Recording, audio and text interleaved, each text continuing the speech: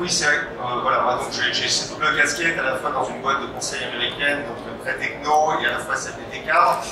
Je vais plutôt orienter donc, évidemment mon intervention sur les métiers de service, et notamment sur un aspect principal qui est la digitalisation. Alors le terme n'est toujours pas très bien choisi, de digitalisation du monde du travail, qui a véritablement eu un impact très important sur la santé des salariés. C'est-à-dire qu'aujourd'hui, quand on est contacté à CFDT4 pour des personnes qui rencontrent des problèmes de santé au niveau des cadres, c'est évidemment beaucoup des problèmes liés au numérique. Voilà, le premier outil, je dirais, de consultation, si on était des médecins, on dirait que ça serait le mail, voilà, qui est le vecteur un petit peu de tous les mots aujourd'hui et MAUX de la société. Plus globalement, on situe notre groupe de travail autour donc, de tous les impacts que peut avoir le numérique sur le monde du travail. Ça a évidemment des impacts sur les outils, et on essaie évidemment de sortir un peu de cette dimension et d'aller vers une dimension plus globale qui est l'organisation du travail. On a fait d'ailleurs une grande enquête par le travail l'année dernière au niveau de la maison mère CFDT, donc il y a eu plus de 200 000 réponses. Cette question du numérique revient de plus en plus. Cette question numérique, elle a déjà d'abord intéressé les cadres, mais évidemment elle descend de plus en plus au niveau de toutes les couches de la société. Vous équipez un salarié d'un téléphone portable et d'un ordinateur portable ou d'une tablette, ça y est, il a le fil à la patte et les ennuis peuvent commencer. Cet impact du numérique, on a travaillé vraiment sur deux aspects importants. Déjà, la notion d'élasticité. L'élasticité, on parle de l'élasticité du temps, c'est-à-dire une grande porosité des temps aujourd'hui entre la vie pro et la vie perso. L'élasticité des temps qui est due aussi au fait qu'on travaille de plus en plus aussi grâce au numérique sur des fuseaux horaires décalés. Aujourd'hui, vous pouvez être en France, diriger une équipe en Inde, diriger une équipe aux US, diriger une équipe au Japon. Parce que technologiquement, vous pouvez le faire, on l'a fait. Est-ce que c'est bon pour la santé ou pas? C'est malheureusement souvent une question qui arrive après. La deuxième élasticité, évidemment, qui est liée évidemment au temps aussi, c'est évidemment le lieu où je travaille. Aujourd'hui, on peut travailler un peu près n'importe où, c'est ce qu'on appelle le nomadisme. Le nomadisme, évidemment, qui a des impacts très importants et qui va énormément compliquer une tâche qui nous est chère, pas qu'à la CFDT, mais à la CFDT, c'est tout le travail autour de la prévention. Quand je fais de la prévention dans une entreprise où tous les salariés sont au même endroit, c'est déjà pas très facile.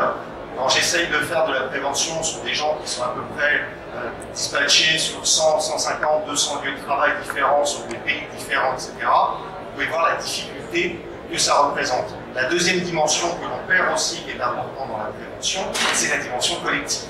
C'est-à-dire qu'on se retrouve à faire beaucoup de prévention individuelle, qui est importante, mais on perd cette dimension collective qui est importante. On sait, voilà, je peux repérer moi en tant qu'acteur les dangers que représente le travail pour une des personnes qui travaille avec nous. Donc toutes ces difficultés en fait nous ont amené en fait à regarder un petit peu quels étaient les impacts en fait sur notre approche vis-à-vis du travail. Je vous livre une anecdote qui est très révélatrice de cette évolution. Dans notre dernière résolution au congrès de Saint-Malo en 2018, on avait parlé donc de la qualité de vie au travail des cadres. Et on a un des membres de notre bureau national qui nous a demandé de retirer le mot au travail. Et notre résolution, un des chapitres, s'appelle désormais la qualité de vie des cadres. Pourquoi? Parce que justement, on est de plus en plus aujourd'hui impacté par cette porosité des temps qui fait qu'on doit prendre la personne dans sa globalité. L'image de la personne qui arrive aujourd'hui au travail, qui laisse ses problèmes à la porte de l'entreprise et les reprend le soir, ça n'existe plus.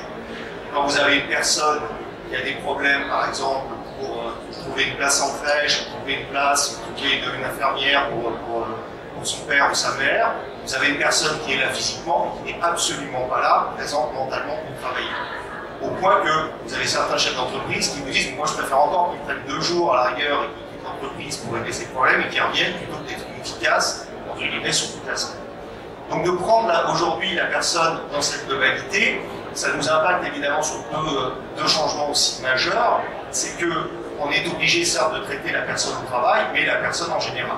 Et on a de plus en plus par exemple de demandes, c'est un des gros sujets que nous avons aujourd'hui, d'ailleurs avec quelques partenaires qui ont des stands ici, je pense au groupe de protection sociale, tout ce qui est autour donc des salariés aidants. On a fait beaucoup de choses dans les entreprises pour aider les jeunes parents, etc. Aujourd'hui, on a des salariés qui disent hey, nous, il ne faut pas nous oublier aussi, on doit s'occuper de nos parents, on doit s'occuper d'un enfant en situation de handicap, etc. Qu'est-ce qu'aujourd'hui, vous, entreprise, vous nous proposez? Et vous, évidemment, vous, en tant que syndicat, je suis adhérent de votre syndicat CGT, qu'est-ce que vous faites? Oui, je vais vite. Je termine. La deuxième chose importante, c'est les nouvelles formes de travail. Voilà, c'est qu'aujourd'hui, nous, syndicats, on sait bien travailler dans les entreprises et les collectivités avec des salariés. Qu'est-ce qu'on fait aujourd'hui pour les gens qui sont évidemment les chauffeurs Uber, qui travaillent sur la plateforme Deliveroo, etc. Comment les aider? Ça impacte évidemment aussi une autre façon de penser la protection sociale. Aujourd'hui, le financement de la protection sociale se fait par le salariat. Comment demain va-t-il se faire si les gens sont des auto-entrepreneurs ou travaillent sur des plateformes? Ça, c'est la deuxième question. Et puis la troisième, je développerai dans la conclusion avant que Marie tape dessus, c'est évidemment tout ce qui touche autour de l'intelligence artificielle. Vous savez que l'intelligence artificielle permet des choses magnifiques sur la santé. J'y reviendrai en conclusion tout à l'heure. Attention aux risques. Merci. Merci Jérôme. Merci Jérôme. Et alors, il y a aussi, Jérôme avait organisé, c'était en novembre dernier, je ne sais pas si c'était le CFDT ou CFDT cadre, voilà, un colloque, un congrès qui s'appelait Intelligence artificielle, même pas peur, et puis top génial, je crois qu'il est encore actif. Il est en ligne, oui. Ouais, ça, je vous donnerai les coordonnées. Voilà. Alors maintenant, j'allais dire que ici, vous êtes dans le théâtre de Clémentica et il y a une forme de, alors on peut dire, un point central. Anciennement, on disait une église au milieu du village, la mairie au milieu du village. Ou enfin le point central, et donc le point central est représenté, si je peux me permettre, par Stéphane Pabert, qui est directeur général de GNRS, et donc qui aussi nourrit toutes les cramifs et autres. Et donc, je dirais que vous aussi, vous êtes en plein, et dans toutes ces réformes, et dans toute cette projection d'avenir, votre regard à vous. Merci, Stéphane. Merci.